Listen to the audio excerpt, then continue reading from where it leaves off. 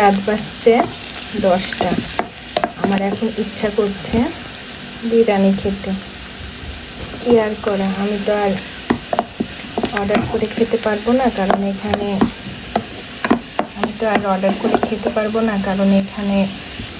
Food পান্ডা নেই যে আমি খাবার অর্ডার করব।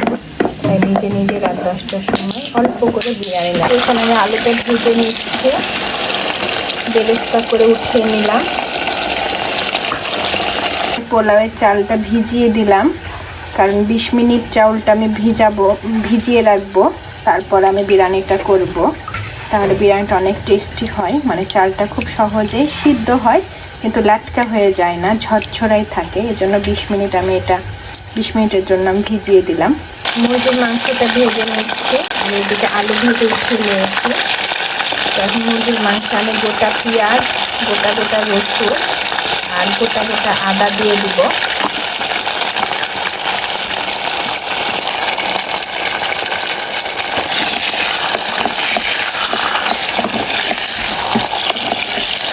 গরম মশলা নিয়েছি, দারচিনি, এলাচ, লবঙ্গ, গোলমরিচ, গোটা জিরা, তেজপাতা, এগুলোও দিয়ে দেবো।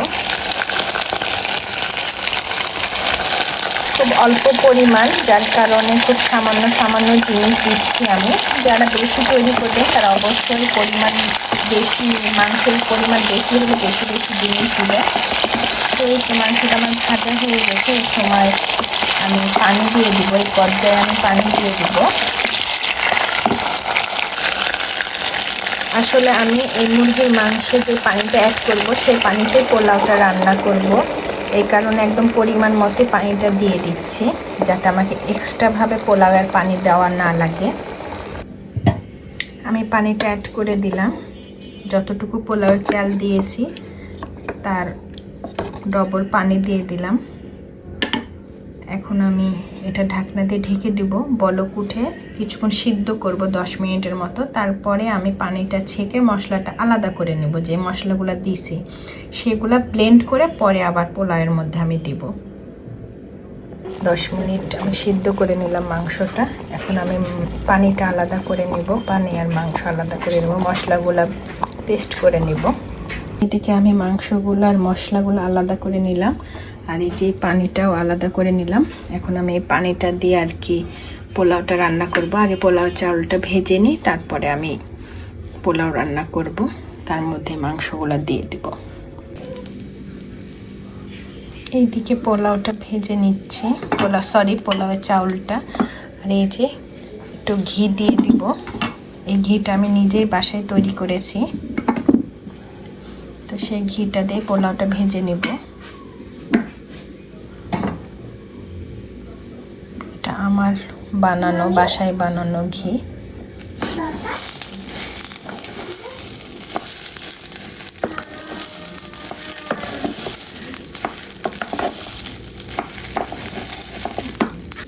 সোয়াবিন তেল দিয়ে দিলাম, সানফ্লাওয়ার। এটা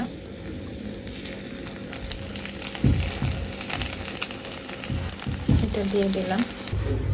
তো এখানে আমি পাটাতে মশলাটা করে নিচ্ছি, কারণ খুব অল্প পরিমাণ, এটা ব্লেন্ডারে ব্লেন্ড করা হবে না, মানে ব্লেন্ড করা যাবে না। তো এখানে আমি বাদাম নিয়েছি, সিদ্ধ করা সেই মশলাগুলা, আর কাঁচামরিচ অ্যাড করব, আর টমেটো। কাঁচামরিচ নিয়েছি আর টমেটো, এগুলো এখন সব আমি একসাথে পেস্ট করে নেব। শিলপাটাতে বেটে নেব সব কিছু একসাথে। মশলাটা আমি করে নিলাম। এখন আমি সব কিছু মানে পানি, মাংস, মশলা সব দিয়ে দিব বিরিয়ানির মধ্যে, অ্যাড করে দিব। এগুলো সব এখন অ্যাড করে দিব। আর এইদিকে আমার চাউলটাও ভাজা হয়ে গেছে, মোটামুটি যথেষ্ট পরিমাণ আমি চাউলটা ভেজে নিয়েছি। চাউলের মধ্যে তেমন কিছু দিইনি, শুধু তেল, আদা থেতো করে দিয়েছি।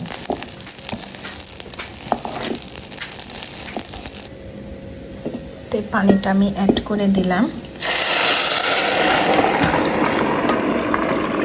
মুরগির মাংস রান্না করা পানিটা,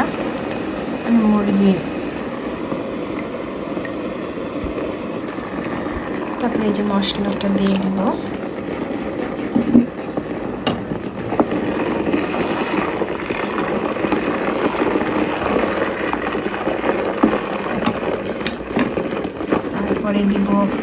আলু, ভেজে রাখা আলু।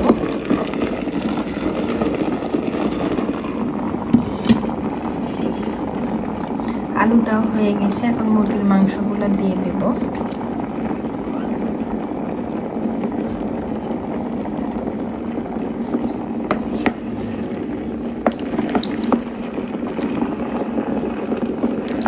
এভাবে কে কে বিরিয়ানি রান্না করে খেয়েছেন অবশ্যই কমেন্টে জানাবেন। আমি এইভাবে ফার্স্ট রান্না করছি, কারণ আগে যখন বিরিয়ানি রান্না করেছি তখন মুরগিকে জাস্ট রান্না করে তারপরে পোলাওটা ভেজে মুরগির মাংস দিয়ে দিয়েছি। আজকে আমি প্রথম এভাবে রান্না করলাম, জানি না কেমন হবে খেতে, তবে আমি যে কয়েকজনের কাছ থেকে শুনছি অনেক মজা নাকি খেতে। আমি কিন্তু এখনও লবণ দিইনি, যখন এটা বলক উঠবে মানে চাউলটা আধা সিদ্ধ হবে তখন আমি লবণ অ্যাড করব। আর আমি তেলের পরিমাণ কম দিয়েছিলাম, কারণ মুরগির মাংস ভাজার সময় অনেক আমি তেল দিয়েছিলাম, যার কারণে খুবই কম পরিমাণ তেল দিয়ে আমি চালটা ভেজে নিয়েছি। এই যে বলক উঠছে, আমি এখন লবণ দিয়ে দেব পরিমাণ মতো।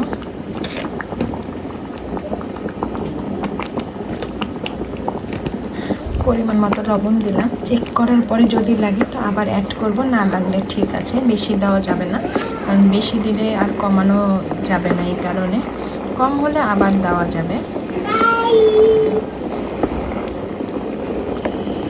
বেশি নাড়াচাড়া করব না। এখন আমি এটা ঢাকনা দিয়ে ঢেকে দেব এবং পানি শুকানো পর্যন্ত অপেক্ষা করব। যেগুলো আমার প্রয়োজন হয়েছিল মানে ব্যবহার করেছি সেগুলো সব আমি ধুয়ে নিলাম। আমার রান্নাঘর পরিষ্কারই ভালো লাগে। এখন এভাবে পানি নিয়ে গেলে ঝাঁকায় রেখে দিব সব। রান্না শেষ হয়নি তার আগে আমার রান্নাঘর পরিষ্কার। আমার এটাই ভালো লাগে, কারণ নোংরা রান্নাঘর আমার একদম পছন্দ না। মানে নোংরা হয়ে থাকবে কোনো জায়গায়, সেটাই আমার পছন্দ না। আমি একটু ছোঁয়াচে টাইপের মানুষ, সবসময় নিট অ্যান্ড ক্লিন থাকতে পছন্দ করি। এই যে গোছগাছ করা হয়ে গেল, পানি নিংড়ালে তখন আমি এটা র্যাকে রাখবো। আমার কাছে মনে হচ্ছে পানিটা শুকিয়ে গেছে সম্পূর্ণ। আর এইদিকে আমি নিয়ে নিয়েছি বেরেস্তার চিনি, এটা একটু মিক্সড করে নেব, একটু হালকা করে। তো এই যে মিক্সড করে নিলাম। এখন আমি এটা বিরিয়ানির উপরে দিয়ে দেব এভাবে। এতে অনেক সুগন্ধ ছড়াবে এবং অনেক ইয়ামি টেস্ট আসবে। আসলে চিনি, লবণ সব কিছুই খাবারের টেস্ট বাড়ায়। চিনির পরিমাণটা সতর্ক হয়ে দেওয়া লাগে, একটু বেশি হয়ে গেলে আবার মিষ্টি হয়ে গেলে ভালো লাগে না। তো এই তো দিয়ে দিলাম আমি এখানে বেরেস্তা দিয়ে। এখন চাপা দিয়ে দেব 10 মিনিটের মতো অপেক্ষা করে, তারপরে আমি এটা খাবো।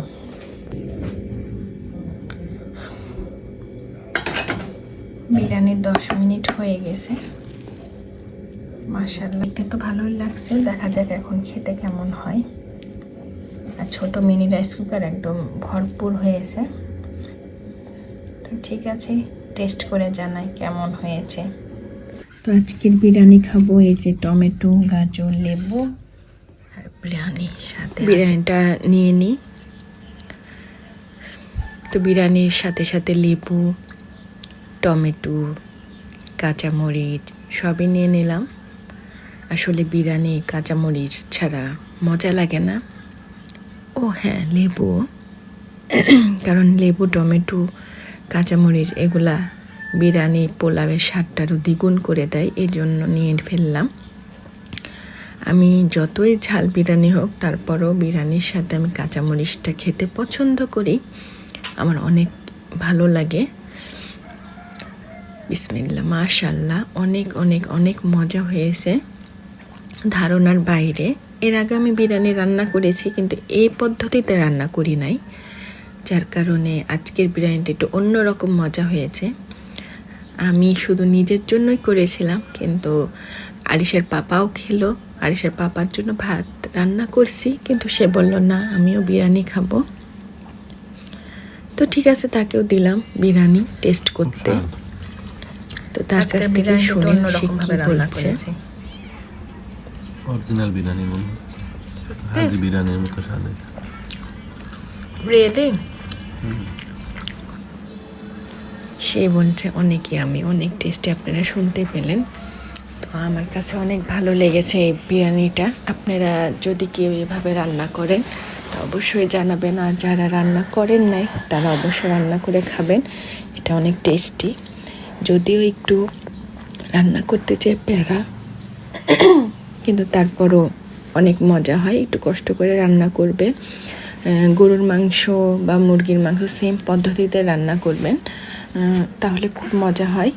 কারণ মাংসের পানিটা দিয়ে পোলাওটা রান্না করলে একটা অন্যরকম ফ্লেভার স্বাদ আসে, মানে চাউলের মধ্যে সেই ফ্লেভারটা চলে যায়, যার কারণে অনেক টেস্টি লাগে।